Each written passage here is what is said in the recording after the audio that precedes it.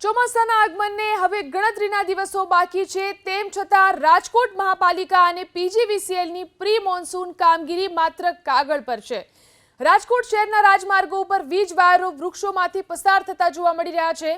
ચોમાસા પહેલા વૃક્ષોનું ટ્રીમિંગ કરવું જરૂરી છે, કારણ કે અનેક જગ્યા પર વૃક્ષો અને લોખંડના થાંભલા આજુબાજુમાં છે।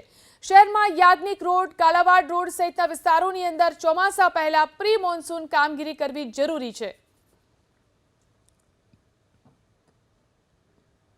રાજકોટ મહાનગરપાલિકા અને પીજીવીસીએલના અધિકારીઓ જ્યારે પણ ચોમાસું આવે એટલે પ્રી મોન્સૂનની વાતો કરે છે, પરંતુ આ દ્રશ્યો આપણે બતાવશું રાજકોટના મુખ્ય યાજ્ઞિક રોડ પર કે જ્યાં દર વર્ષે જોઈ શકાય છે કે જે ભડાકા થતા હોય છે।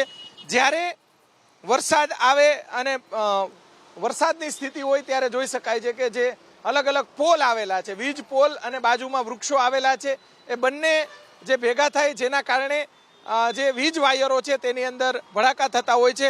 દર વર્ષે અમુક જાનહાનિના પણ બનાવો બનતા હોય છે, પશુઓની જાનહાનિના પણ બનાવો બનતા હોય છે।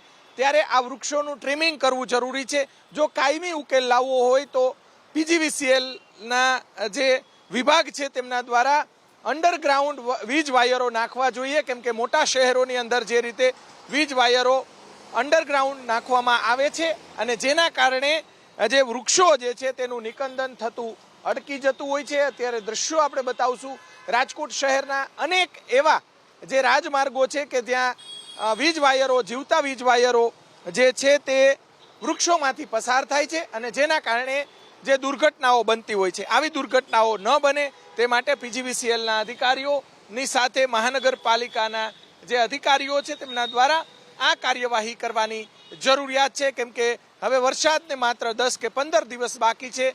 ત્યારે અલગ અલગ જગ્યાઓ પર પ્રી મોન્સૂનની કામગીરી કરવાની જરૂરિયાત છે। માત્ર કામગીરી કાગળો પર ન રહી જાય તે જોવાનું મહાનગરપાલિકા અને પીજીવીસીએલના અધિકારીઓનું છે। કેમેરામેન શુભાશિયાની સાથે પરાક્રમસિંહ જાડેજા, એબીપી અસ્મિતા, રાજકોટ।